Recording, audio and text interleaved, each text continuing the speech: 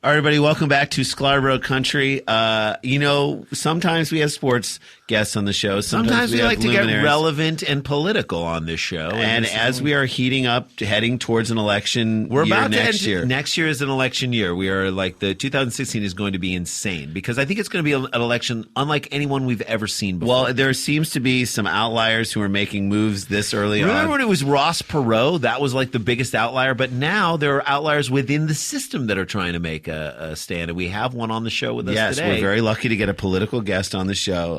His name is Bernie Sanders.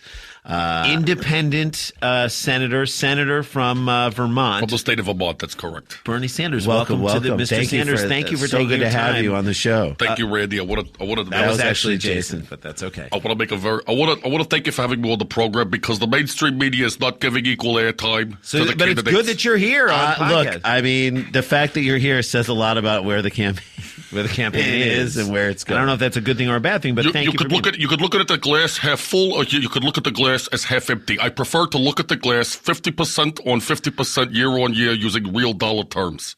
Okay, I don't know what that means. I think I'm going to say that's probably half full. No, he's okay. He's in 50% on 50. He plays the percentages. 50% on 50%. You know, I think if what I'm gathering and what I've understood about you is that you're almost approaching this like a Moneyball type of a thing. Like you love the numbers. And that is the way that the Oakland A's got ahead because they started to just play the numbers and they were a successful team as such. Look, Oakland has a rich tradition of labor justice and socialism and activism, and I think we're working in that tradition, not only of Oakland, but of Moneyball itself. Okay, now you're not afraid to throw the S word and out.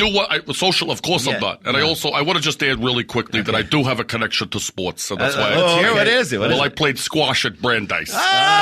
Okay. So you're a hardcore sports guy. Technically, I don't know if that counts, but now a lot of people, some people, if you go through like all the images, the Google images of you, every third one has your hair going crazy. Well, sure. Like I don't want to get too bogged down in the politics of imagery. Right. I'm here to talk about serious issues, but I will point out that my hair also doubles as cotton candy during the summer for children. That's not. It's not spun from sugar, but it tastes as if it was spun from sugar. Okay. So if you are electing a president, you're also electing an attraction for the summertime fair. Okay, there you go. So look, he's making himself utilitarian in every way, and almost like in a Christ-like way, you are able to consume his body. And I am not religious in any way. Look, utilitarian, you were on the right track because I have a great respect for the politics of Jeremy Bentham. Okay.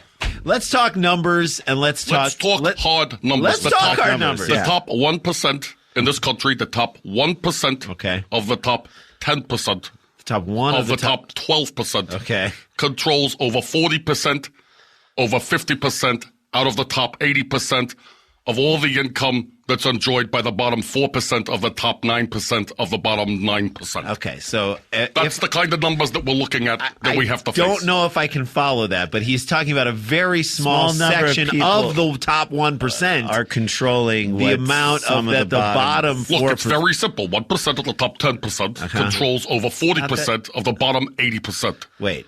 Of the bottom 80%. Whereas the middle class, what was once considered the middle class, the median, right there in the middle, 50%, they no longer control anything. They control nothing. They have nothing at all. It's all the top 40% of the top 1% of the top 10%. There was a time in this country, in 1950, a family of four could afford a house for only $50,000. Yeah. Or less.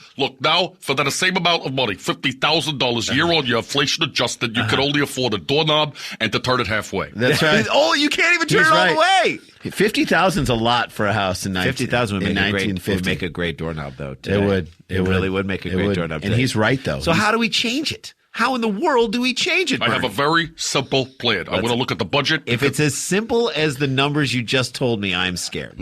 Look, there's no reason to be scared. All I want to do is increase the share to the middle class, or at least stop it from shrinking. Okay, that's a great... So how do you do that? How do we do that? What percentages? Look at the pie. Look at the pie. And if you look at the pie, look at the hard numbers. The middle class has a share of the pie, and it's been shrinking year on year. Okay. It's shrinking. If you drew year on year. And here's the problem. If I want to point this out, Jason. That's Randy. It's fine. If you draw a line straight down the pie, you get a diameter of the pie. And if you take that diameter and you put it around the edge of the pie, circumference. Well, it's actually called pi, and and it used to go all the way around the circumference, but now it only goes around 3.14285 at a certain number of decimals after Whose that. fault is that? Is it the top 1%? I think it's the top 1% of geometrists that are out there. Geologists are saying, look, I want to go all the way. I want to go all the way back to Pythagoras. Yes. I think that we have some hard numbers to look at. Let's get into the hard numbers. Look, if you want to get into the hard numbers, I'd love to. Look, the top 1/3 of the top 1/5 is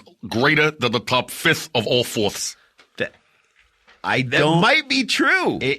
I can't argue against it. I want to argue against it, but I can't. Do you have any slogans for your if you run and if you're successful? Bernie Sanders, best Bernie you know.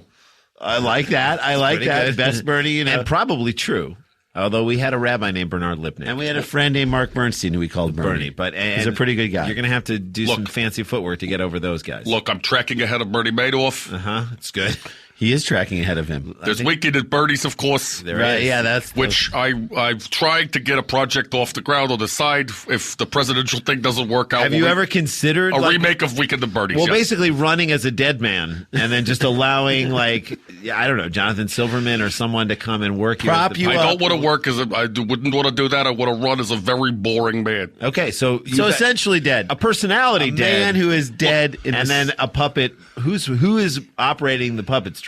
The people of this country, because I don't take corporate donations. Look at that. He's small donors, $20 donations, $50 donations. What if someone's like, "Hey, Bernie, I want to give you $1,000." What would you say to that person? Well, first of all, if I can shake their hand, I'll take the money. But if they're a corporation, I can't shake a physical, tangible hand. I'm not going to take the money. I'm kind of loving what this guy's selling. I love his energy. That's the thing. Everybody agrees with everything I say. But you're not going to get any votes. That's the problem. If everybody like you, if 50% of the people who believe what you just said, if 50% of them voted 40% of the time for 1/3 of what I believe in, then 90% of the results would be there. That's the numbers. We looked at the figures. And by the way, I followed everything. I followed that to the T. And I think it might happen. That could possibly happen. All right. Are you a baseball fan at all? Sure. I'm more of a fan of Nerf softball. Nerf softball.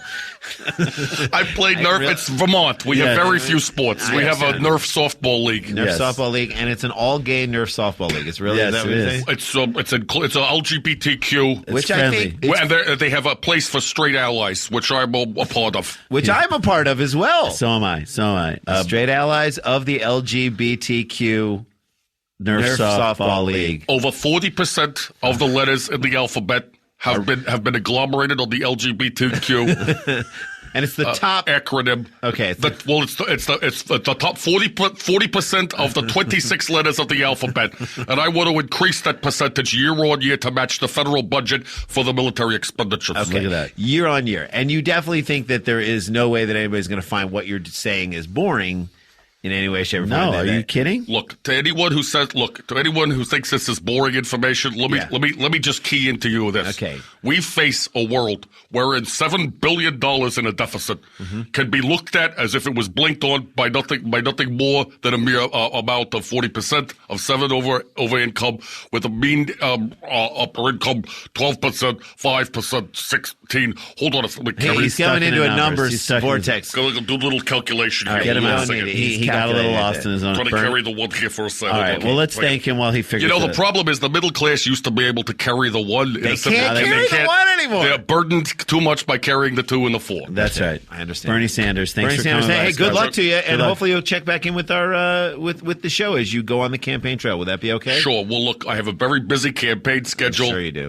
We're gonna be outside of Barnes and Noble returning some books. Smart. Hey, man, you got to make some money. I'm gonna be down at a smart final, arguing against capitalism as a measurement of success, and picking up a few mops. Sure, maybe a couple of bucks here and there for the campaign. That's right. Love that. Bernie Sanders, everybody.